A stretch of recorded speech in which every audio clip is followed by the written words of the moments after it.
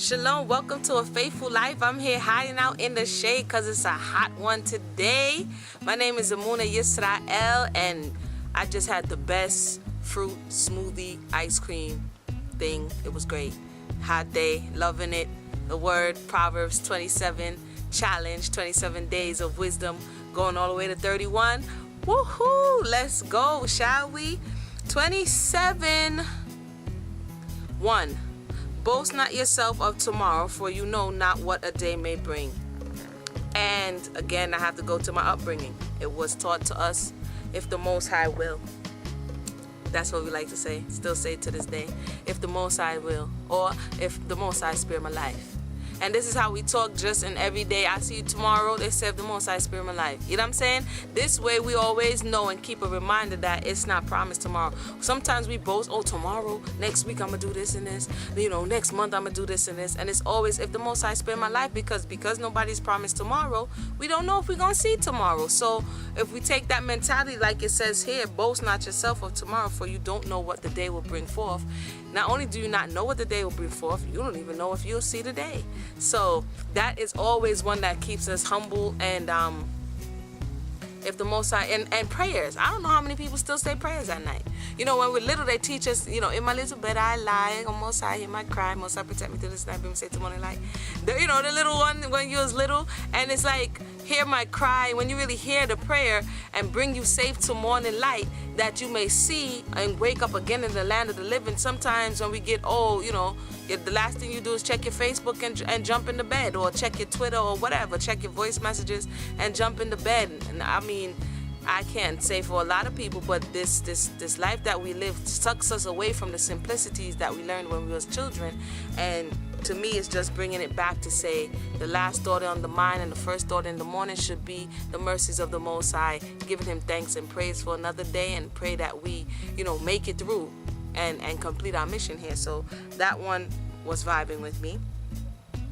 Let another man praise you and not your own mouth, a stranger and not your own lips. Kind of like, I'm the bomb.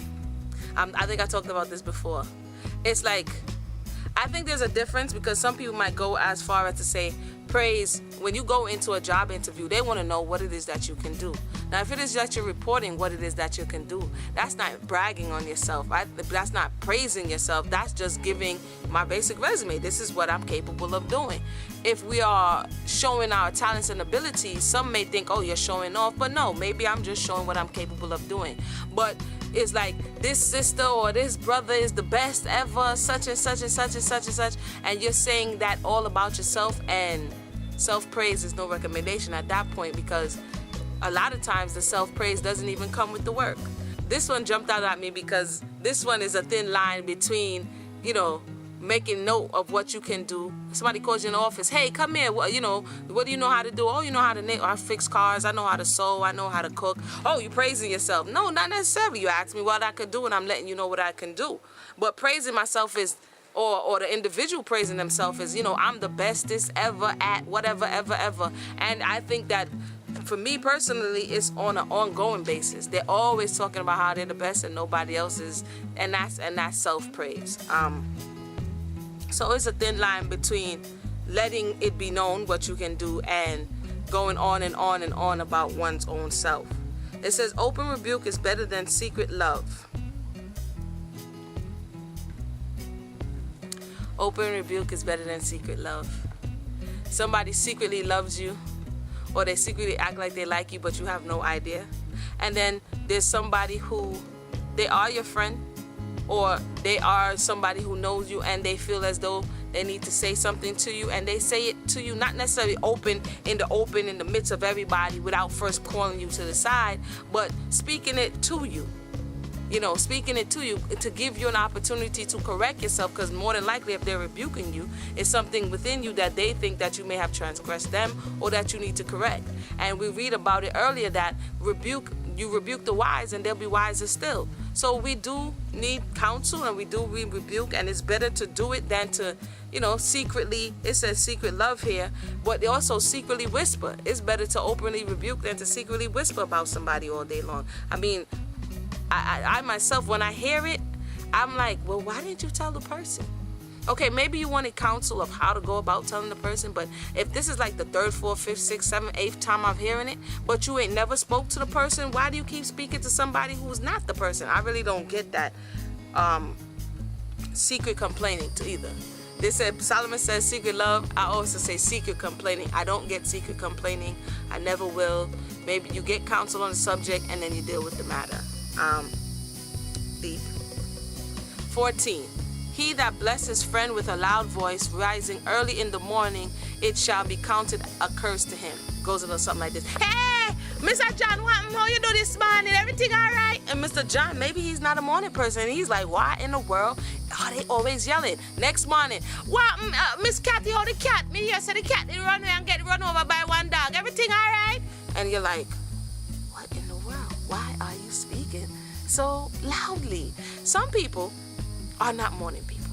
And when you just wake up out of that peaceful sleep, any loud, disturbing noise, even to me, the alarm clock is a loud, disturbing noise. That's why they make it so, That's like the neighbor that greets you loudly. You just want to bang it to be like, be quiet, because it's like a blast of all of this sound in your ear, and it's way too early. So if we're the one and we overly bubbly, and we're like, we just want to share love and spread love to the world, and sometimes people react like this, we might want to check out volume. It may not be that you could have a good message, but the message is too loud, and then you really can't hear it. So we might want to tone it down a little bit. It may not be so loud, and maybe be like, hey, Mr. John, how is everything? Or maybe you just give him a nice little, a nice little hi, how you doing? A nice little wave. Sometimes that's sufficient. So definitely, that's a deep one. 15, a continual dropping in a very rainy day and a contentious woman are alike. Solomon seems to write on the behalf of men. And I saw somebody say they can be contentious men as well. So we have to understand that Solomon is a man, so he's writing on behalf of the men to say that a continual dropping is like a contentious woman, because, the story is women talk a lot. So, the continuous dropping. But the same thing could be said of children. Children who constantly nag is like a continual dropping. There's also men who nag. That's like a continual dropping. So I think that universally, anybody who is contentious and anybody who is a nagger or a crier or a whiner is like a continual dropping that brings agitation to the soul. So I just wanted to universalize that if I could, because it is applicable not only to women, men, and children. Even animals. There was this one time, one of my family members had a bird, and that bird was the most annoying bird. The bird was like a continual dropping. The bird would make unnecessary noise. You remember the neighbor that made loud noise in the morning? This is how the bird would sound in the morning. It's like, will you be quiet? So it could even apply for a cranky animal. Anybody or anything who just makes continual sounds over and over and over and over again can be like a dropping on a rainy day. So I'm gonna end on that one. I want to thank you for tuning into A Faithful Life. My name is Emunah Chirping. You see I'm getting a little sun coverage from the clouds this day. Thank you for tuning in. If you haven't already, you can go ahead and subscribe right here, please. Thank you very much. And also see days 1 through 26 right here again, live 31st 2014 at 12:30, live on YouTube and Blog Talk, and I will have the information so that you can check it out. It's a discussion about the Proverbs 31 woman and then versus now. Is she the independent woman of today? Is she born or is she made? Let's find out. I'd love to hear what you have to say, so definitely tune in, and thanks for tuning into A Faithful Life. Shalom.